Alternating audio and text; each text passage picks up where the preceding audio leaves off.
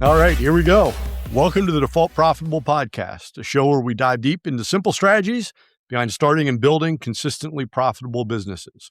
Whether you're a founder, a leader, or a curious builder just starting to dream, this podcast is a toolkit for making profit your default setting, not just a lucky outcome. I'm your host, Matt Nettleton. Today, my guest is Ryan Schwartz. Ryan, welcome to the podcast. Well, thanks for having me, Matt. Appreciate it. Yeah, I think we first met back in 2005, maybe? We were younger men when we first met. We were younger then. Yes, we're so much older now. Yeah. So why don't you take like 2 or 3 minutes and just tell us a little bit about yourself, and then we'll get into your business. Sure. Again, I'm Ryan Schwartz. I'm the owner of Fenster Components. We just celebrated 25 years in business. I'm originally from Valparaiso, Indiana. Went to Ball State. Lived in Fishers for 30 years now. I've started my business here and raised my family here. My beautiful wife, Becca, is a kindergarten teacher in Carmel. We've got 3 sons and now 2 grandkids. Nice. Our youngest is a sophomore at IU. We've got a senior at IU, and then our oldest, he works for the company. He runs the shop for us, and he's got a young family of his own. So, I guess me personally, I'm a multi-instrumentalist. It's kind of my hobby. Play a lot of different instruments. I've got a modest little car collection that gives me something to tinker with on the weekends. And since we've been kind of empty nesters, my wife and I have been splitting time between here and Florida quite a bit. As we'll talk, I really don't have any plans to retire. I really enjoy what I'm doing, but the goal is to run my company from the beach someday. So that's a good plan. That's what we're working towards. Yeah. Excellent. So now let's get into Fenster Components. What do you do? Well, we're a very niche boutique window manufacturer. The important distinction is it's not whole new replacement windows. It's repair parts and pieces. Specifically for wood windows, we don't do any vinyl or fiberglass or anything like that. So various manufacture and distribution of different repair components, spring balance kits, trim work, things of that nature. Our primary product lines are replacement sash panels. That's the operable part of the window, the glass and the frame around it, if you're not up on your window lingo. But our primary customer base would be someone particularly what you would call a clad-wood window, which would have like metal or vinyl skin on the outside. They stand the weathering better than just a painted wood window.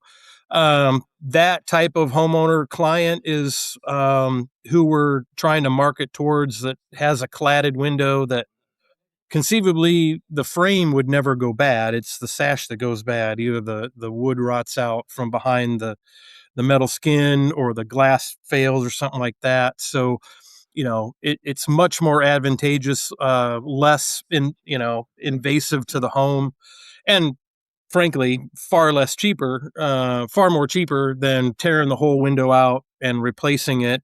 But particularly for a homeowner that has a brick or a stone or a stucco house, very costly, very invasive to try and tear that frame out and put a whole new window in, to where you use our products to just replace the failed sash.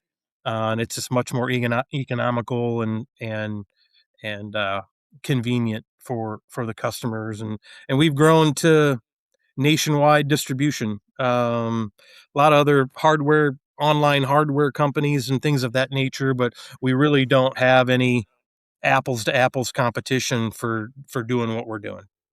So 25 years ago, you started the business. That'd be what? 2000, yeah, 1996 September or 2000, yeah. September Yeah. 2000. Okay. So what were you doing prior to that? Um, well, I started my first company when I was a sophomore in college. Right. So I mean, I was already kind of in the mode of doing things my way. When I moved to Indianapolis, I had my company in Muncie with a partner, and I knew for hate to say obvious reasons, I didn't want to stay in Muncie. So to move to move down here. Um, just for the sake of, getting my foot in the door and, getting some money in my pocket, I took a job with a local home builder, got into, with their warranty department, kind of worked my way up pretty quickly, to where I was, running, half the division of their warranty department. I had service techs underneath me, but part of my responsibility there was fielding out of warranty concerns for older homeowners, and they just I kept seeing like all these rotten wood windows. The builder used wood window products in the 80s and early 90s, and kept seeing these wood windows falling apart. And my entrepreneurial spirit with my woodworking background, as I mentioned, like, all the men in my family are musician carpenters. We can't hit a baseball to save our life, but you give us an instrument or a piece of wood, we know what to do with it. Perfect. uh, but it just kind of, I had that drive to, the cliche, there's got to be a better way, Yeah. that tearing windows out, and I figured there's got to be a way to rebuild these. And just through the course of company politics, and me already having a taste in owning a company, that I couldn't handle company politics and working for somebody else. I had that urge to be out on my own. So launched my own company, and like I said, in 2000. And the window repair side of it was always there. I was kind of doing anything and everything to keep food on the table. I had a young family at that point, but the window repair side of it just really kind of evolved. I didn't have a lot of competition when I first started out. Was able to grow a significantly sized company based on window repair. I always saw our competitive advantage as offering something different than what everybody else was offering, and we were able to capitalize on that, to the point where now we're kind of 2007, 8ish. When the housing market was kind of crumbling, the thought of remodeling and repairing things that you have, really came to the forefront. We were able to grow, quite a bit during that time frame. I was able to buy another woodworking company. So we were able to bring that. So, 2007, 2008, we have all in-house manufacturing at that point. To the point where, now we're kind of, 2010ish.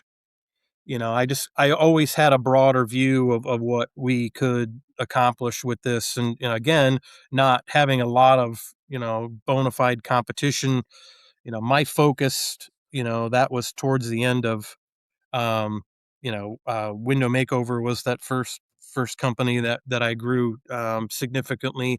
I was opening, expansion markets. We were already kind of in the works of building a franchise based on that business model.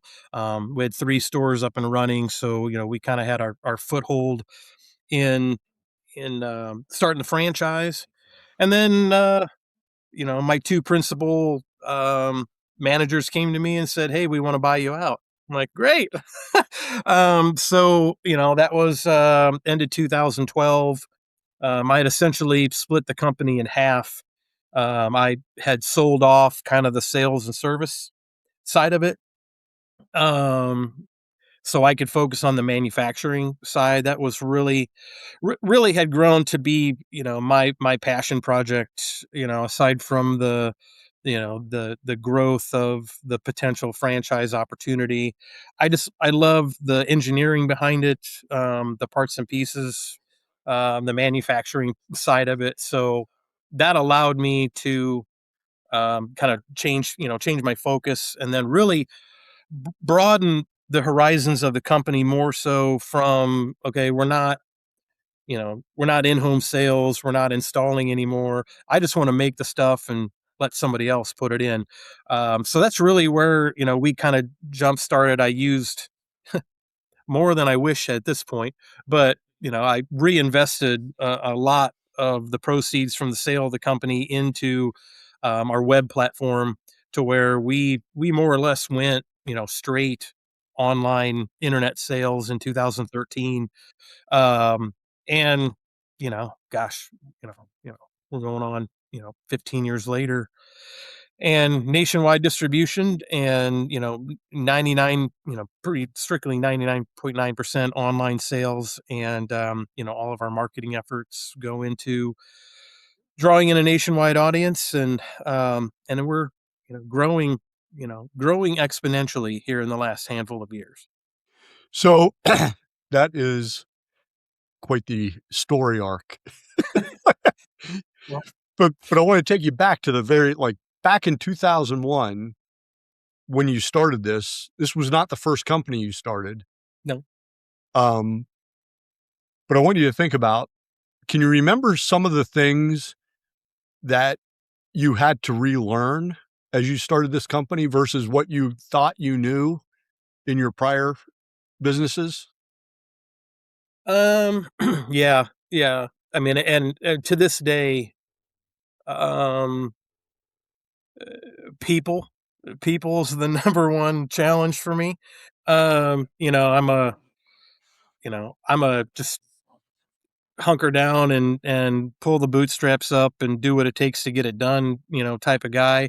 Um, so I always had that mindset, particularly, my first company. It was just me and another guy, and we had complementary but opposing skills. So, we really didn't. I'm like, okay, you take this job, I'll take this job. There wasn't a lot of conflict there, but the a lot of hard lessons that I've learned over the years, and challenges to this day. I my number one biggest weakness is managing people.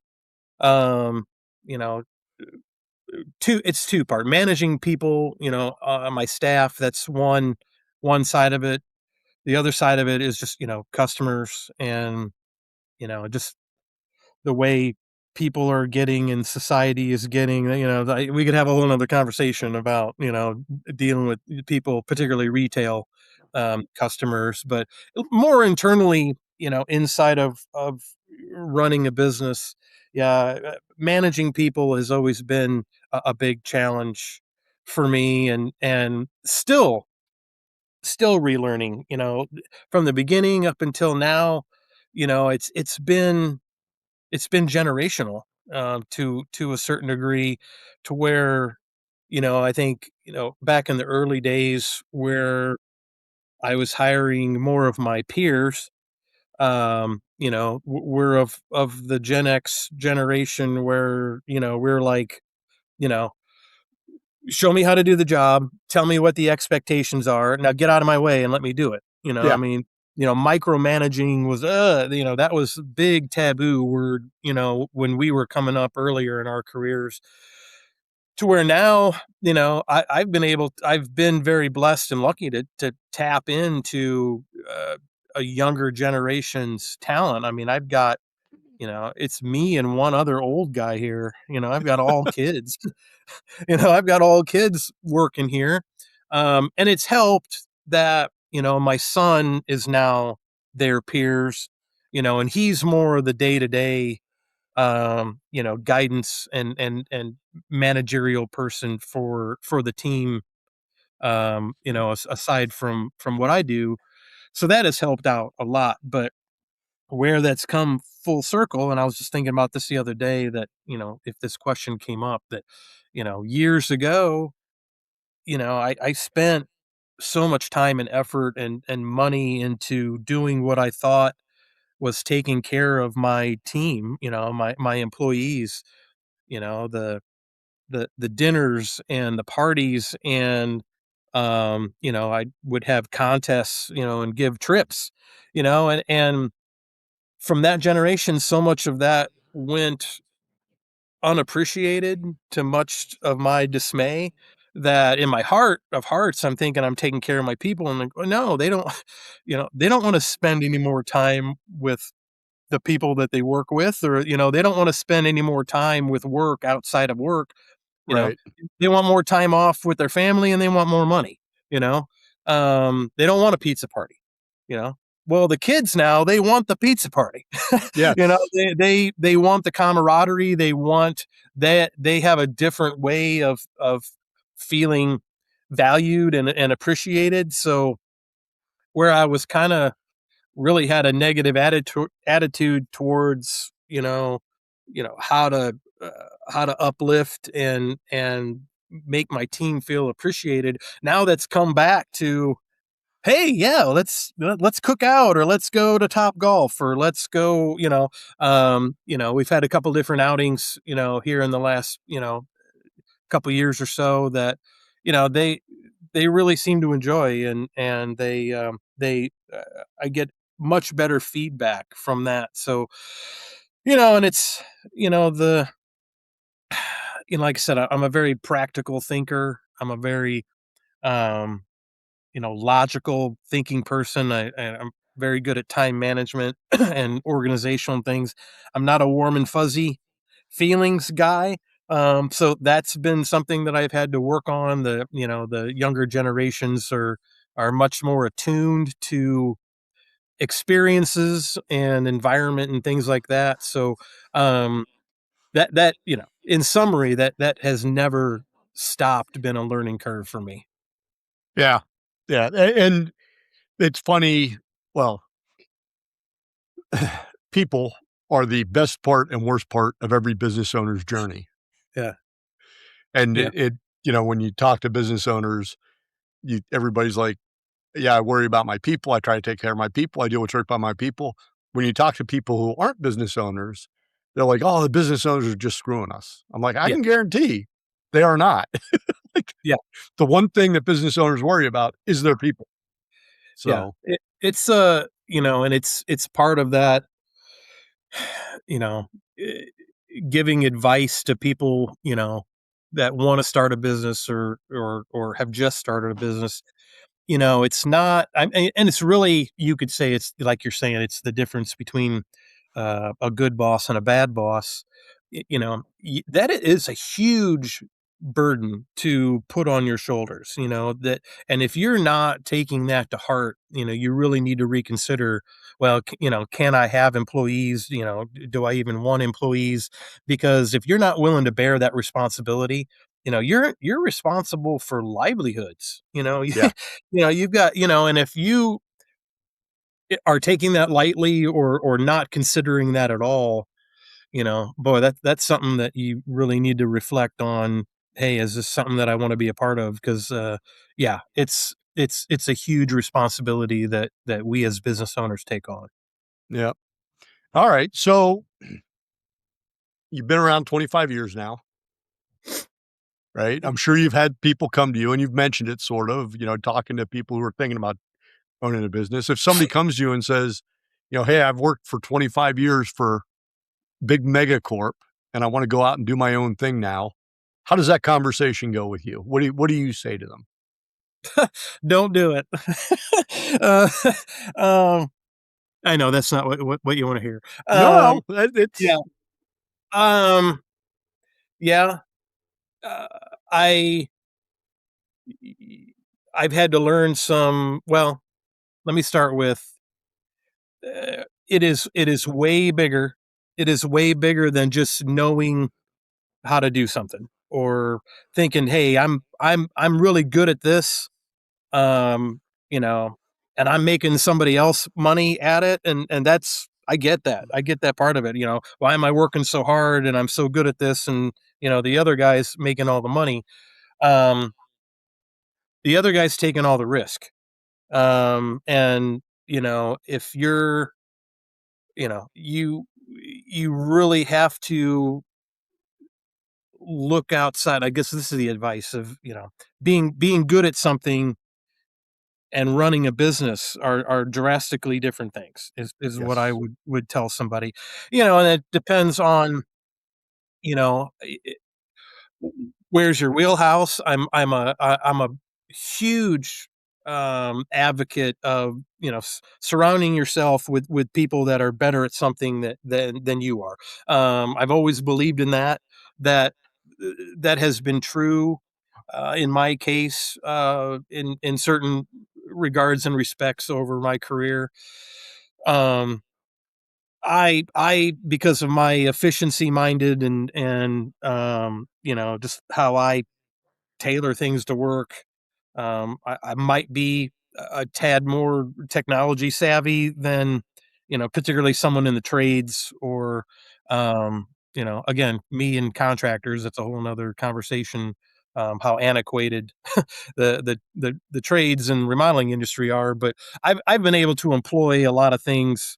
A lot of my accounting is so automated, and our billing and invoicing is so automated that, a lot of that stuff's just kind of, I'm like, that's 15 minutes on my day. I just knock it out. But I certainly have learned some hard lessons over the years. And, at times it's, Matt, it's been sink or swim. It's like you figure out how to do this right now, or I'm like, oh no, you got a week and a half to figure out how to run payroll because it's not going to do it itself. Right. And it just really, boy, I mean, and you could really spend a lot of time, dissecting it and breaking it down. But, boy, I mean, that's the big part of, yeah, you think you're good at something, and you probably are good at something, but, it's when you have no choice but to dive in with both feet and take something on like that. Boy, really doing your research and really understanding how many different facets there are to running a business, and how are you going to fit all those pieces together to be sustainable, to be profitable, um, you know, keep your team happy. Yep. And in the long run, you know, y- can you stuff a couple dollars in your pocket along the way? That's what we're all trying to do, but a lot more to it, lot harder work. And I wish I could say it gets easier, but It just no, gets different. it just gets different. You're exactly right. You're exactly right. It's not the challenges 25 years later are just different, but they're still there. Yeah. All right. So one last question to wrap up. It was a quick 23 minutes. If 2026 Ryan could go sit next to 20 or 2001 Ryan, night before you actually open officially, and you get to say, hey, listen, it all works out. 25 years from now, you'll be fine. But tomorrow, when you go into work, you're starting this company. Here's the first thing you should do. What's that first thing? The first thing. um, I yeah, I mean this would apply. I wish I had managed. I wish I had managed my money better when I first started out. Um, and another piece of the learning curve that you don't have a paycheck coming every 2 weeks. Um, you know, and again, I'm going to use the term sink or swim again. It's like you got to go out and make money. There's nobody handing you the money. There's no, yeah, showing up and doing your job is one thing, but you don't, when you're first starting out, you don't know when and if that paycheck's going to come. And, So let me, there's a lady named Lorraine Ball. she's been a client of mine. She's a friend of mine. She's been a guest Oh, on sure. here. I know Lorraine. Yeah. You know Lorraine? Yeah. Yeah. Her statement was, you're never in the business that you're in until you learn how to sell the business that you're in. Right. So you're not Exactly. really in the window business until you can sell window services. Yeah. Right. Right.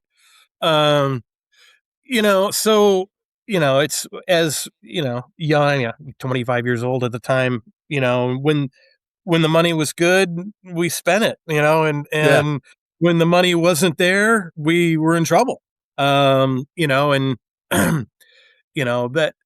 that along with, the word I like to use, perseverance. We're still in business 25 years because I've managed to weather some ugly storms along the way. And haven't part of that is, the fortitude, to weather that storm, to be willing to take that risk. But, I ignorantly thought at 25 years old that, you know, oh, I'm going to grow this huge company and I'm going to sell it for millions of dollars when I'm 50 years old, and I'm just going to play golf for the rest of my life and count my money. And, I haven't been on a golf course in 15 years, and it's like, and here I am 51 and still working at it, and Yep. so, but, you know, I, I'm not, not in the financial position that I wish I was. And that because I wasn't smarter, 25 years ago. So The number one thing brought up on this podcast that people wish they understood was financial acumen. yeah, yeah, for sure. And, it just, we didn't plan well, cause like I said, when the money was good, I'm like, the sales are good and the money is good. You think it's just going to keep rolling. And that's not, Forever. it's not, it doesn't, it certainly does not. And you have to be prepared for those things. But hey, it all works out, and it Yep. all works, it's, some hard work and the grace of God. We're still here and, still loving what we do. And we've got so much more on the horizon that we want to accomplish that, even on the bad days, I'm still glad I'm doing what I'm doing. Yeah. Perfect. All right. Well, information about your business and how to get in touch with you, are going to be in the show notes. Is there any one particular place that you would send people? Our website, fensterusa.com. I mean, it's as much of my brain and expertise that I'm willing to put out there and not be dangerous. Um, but yeah, we are very DIYer friendly. We'd rather teach the homeowner how to do it themselves than to hire that out. So there's a wealth of knowledge there that we are trying to. You don't have to be a window expert, but you're going to be a confident consumer, after spending some time there. So, yep. Perfect. Fenster USA, you can get a hold of me through that website. You can get a hold of our customer service team. So certainly a lot of information there that we want to share. Perfect. Well, Yeah. thanks for being a guest. Well, I appreciate you having me, Matt. Yeah, it's Yeah, no problem. yeah, good to see you and talk to you again. Yes. And if you're listening to the podcast through ways you can help, leave a review, hit subscribe, share an episode. We'll be back next week. Until then, stay focused, keep working, stay profitable.